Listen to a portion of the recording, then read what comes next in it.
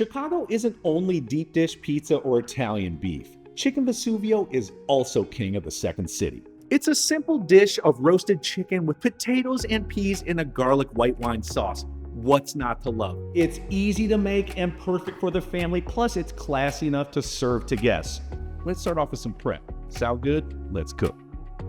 I like to start off this recipe by taking out 1.5 cups of frozen peas and taking the chill off by letting them sit at room temperature while I prep up everything else. We're going to briefly set those to the side and take out some pearl onions. Now, the beauty of this recipe is that there's going to be some nuances with how to make it and ingredients used. Now, I've definitely had this dish with and without onions, and honestly, I like it better with. I've got 10 ounces or roughly 2 cups of white pearl onions. Any color pearl onion will do. What we want to do is just slice off the root end, keeping the stem end intact. Next, we are going to add them to a small pot of boiling water. We're going to cook them for exactly 90 seconds. That's it. Next, we want to shock them, which will stop the cooking process immediately. So we're going to add them to an ice water bath and let them sit for a few minutes until cold, and you can touch them by hand. Now here's the part that you're going to love. Just grab one of those pearl onions and pinching towards the stem end forward, just push out that pearl onion and no need to mess with that outside peel. I love this trick. We're just going to continue the process until all the onions are completely peeled. We're going to put them in a bowl and set them to the side. And of course, for any of those leftover peelings, I just pop them in the freezer for stock. Next up on the mise en place, we are going to gently smash about 10 garlic cloves using the flat of the knife. Okay, maybe 12 to 14. Yeah, I like garlic. Smashing them are going to release a lot more of their aromatics and flavor. We'll push those to the side, and next I'm bringing out one roasting chicken that weighs in between 3.5 to 4 pounds. And of course, it's Dr. Chef Parisi time, so I'm breaking out the gloves. What we want to do is break down this chicken into individual parts. And to do this, you can use a chef knife, but I actually prefer to use a boning knife. Once you've located that center breast sternum bone, we are going to carve down to the left side of it. And when you carve down, be sure to be as close to that inside cavity as possible until you expose the drum bone. Pop it open and then carve right in between it.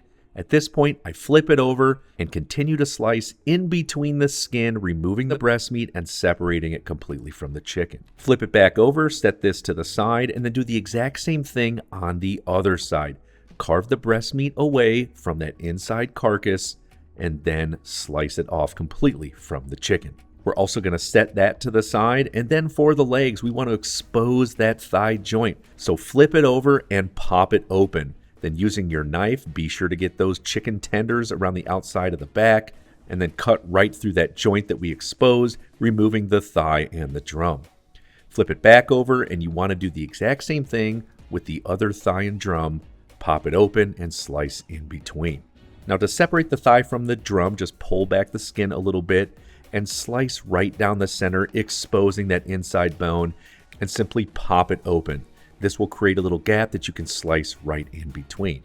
Boom, you've got thighs, you've got drums. And then just do the exact same thing with the other thigh and drum. Now for the chicken breast, just remove that wing bone by slicing it off right where it meets the chicken breast. Now another option to maybe make this chicken breast a little bit more beautiful is by Frenching it.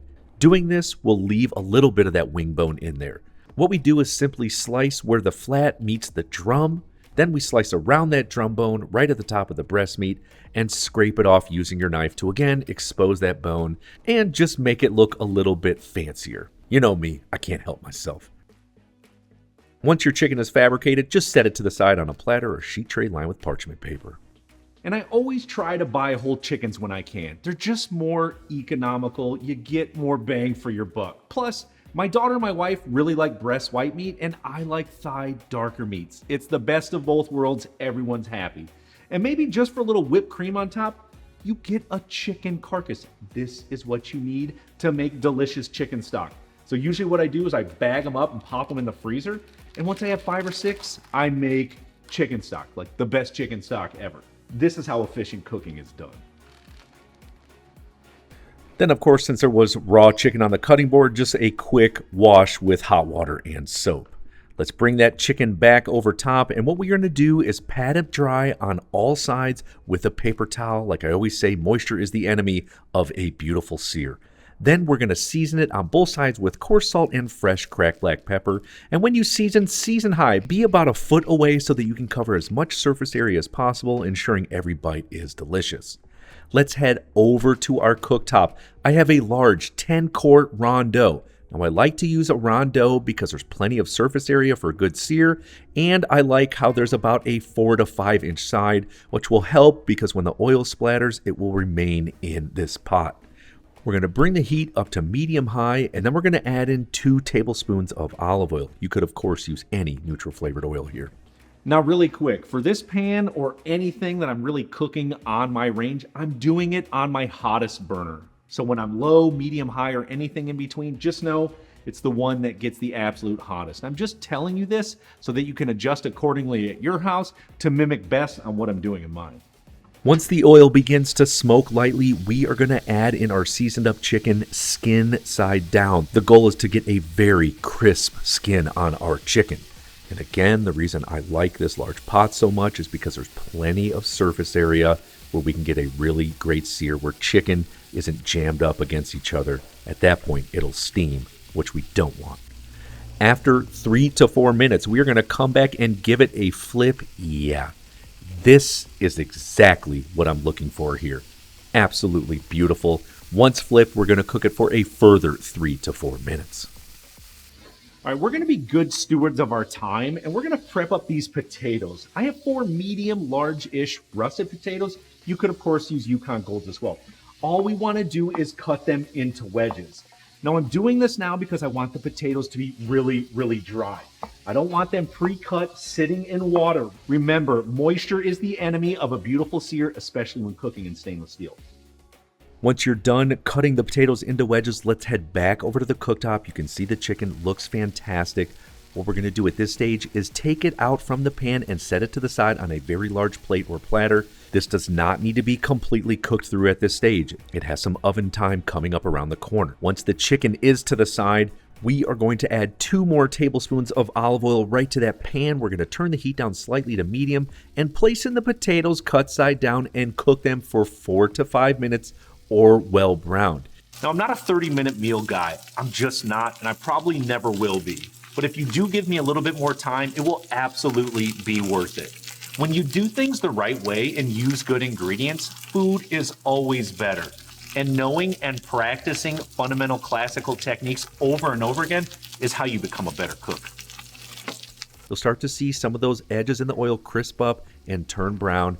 We'll know we're at a good stage when this happens. Next, flip the potatoes over. Be as careful as possible. There is hot oil in there. I like to use a skinny offset spatula, or even tongs work great. And once they are all flipped over, we are going to immediately add in those peeled pearl onions. And we're going to cook all of this for 4 to 5 minutes. Adding in the onions at this stage are just going to start that caramelization process on the onions to make them that much more delicious. After that cooking time, we're now going to gently season with coarse salt and fresh cracked black pepper.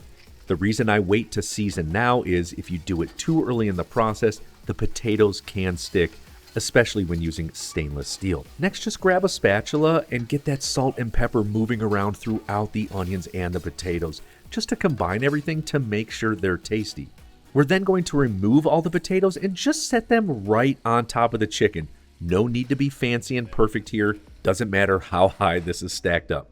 We're going back over to our rondeau pot. We're going to add in all those smashed garlic cloves along with 3 tablespoons of unsalted butter. Remember, we control the sodium content, not a butter company. And we are just going to cook these for 2 to 3 minutes while constantly stirring until they start to turn a little bit brown and become very aromatic. Smells incredible in here. And then at this stage, we're going to deglaze with a 1/2 to 3/4 cup of dry white wine. Chardonnay, Sauvignon Blanc, Pinot Grigio will all work. Now, if you don't drink alcohol, just use a little bit of chicken stock. Now, speaking of chicken stock, we're also going to add in 1.5 cups. If you don't have chicken stock, veg stock, water, or brodo will also work. Now, immediately grab that spoon and begin to scrape up all that goodness, all that fond on the bottom of the pan. Just gonna make the sauce that much more delicious. Then at this point, we're gonna add in 1 tablespoon of dry oregano. Yes, this is just some dry oregano sprigs I got from Italy, but honestly, any dry oregano will work here. Next, of course, season with salt and pepper, and using a spoon, mix everything in to start to marry those flavors. And at this point, you want to taste it. It should be incredibly flavorful. After all, it's going to be used to further enhance the overall taste of this dish when the potatoes and the chicken is cooked in it. Don't skip it, taste it. These little things make you a better cook. Now, we are going to add in the potatoes and onions to the bottom of the pot in a single layer, then add the chicken on top. It's totally okay if the potatoes and onions are in the sauce a little bit, but we want the chicken exposed. We're next going to drizzle on 2 tablespoons of olive oil all over to the top of that chicken. I want it to be extra crisp when we bake it. And then this part is optional, but I'm going to add 20 to 25 fresh rosemary sprigs. To me, I love the influence of fresh herbs here. You could also use thyme or even sage. Let's take our pot, going in the oven on a middle rack. We are going to cook it at 400 degrees Fahrenheit for about 20 to 25 minutes, or until the chicken reads about 162 degrees Fahrenheit in the breast meat and around 175 degrees in the darker meat. And always a little bit longer on dark meat. You need some time to break down those connective tissues so that it's not chewy and rubbery. Nobody likes chicken like that. But while this is in the oven, let's chat about the history of Chicken Vesuvio. Some say it was created in Chicago in the 1930s at the famous Vesuvio's restaurant off of South Water Street, but the Chicago Tribune says it was created by Nick Giannotti of Giannotti's. Some even say it's an Italian-American dish named after the volcano Mount Vesuvius near Naples, Italy. And when the pan is deglazed with the wine, the dish smokes like a volcano. Regardless, the famous Harry Caray's restaurant has been credited with popularizing the dish and reportedly making the best version in town. But honestly, I don't know. And having lived in the city for 12 years, I can honestly say that it's an absolute staple in the Windy City. And you can get a steak or pork Vesuvio. Same exact preparation, just swap out the meat. All right, I think my chicken's done. What smells ridiculous in here, and this looks so good. And yeah, you hear that? That's how crisp I want the skin. At this stage, let's add in our mostly thawed peas. That's why I set them out at the beginning. We're just going to move them around. Just that warm sauce alone will cook them. Now, I was always taught to finish my meals with a little bit of butter, so here's 3 tablespoons of unsalted, and in addition, a little bit of clean acid. So we're going to squeeze on the juice of 1/2 lemon, or about 1.5 to 2 tablespoons. And because I want to, this is totally optional, I'm just going to grate on a little fresh Pecorino Romano. I mean, we're eating Italian, why not some more South Italian cheese included into this dish? Looks so good. And a classic garnish of coarse with some finely minced fresh parsley. Always told you, it's all about those classic techniques. Let's finish plating this up. You could serve it right in the rondeau, or you can go into a bowl. I put those potatoes, peas, and onions on the bottom. Then I just add the chicken right over top. Now hold up, we're not done yet. Don't go anywhere because I want some garlic bread with this. So I've got a little bit of garlic confit left over. You can get that recipe on my website. I'm going to use the oil from that garlic and add it to a non-stick pan over low to medium heat. We're going to toast up some delicious sliced Italian-style bread, about 2 to 3 minutes per side, or until it's nice and toasted up. And then I'm going to spread some more of that garlic confit right on top and serve it up with my Chicken Vesuvio. Some absolute comfort goodness right here. Everything is cooked in one pan. There's loads of flavor and simple everyday ingredients. More importantly though, a dang happy family with lots of smiles. Now, if you love dishes like this, definitely check out my Tuscan chicken. That one's a banger. I'll see you on that video.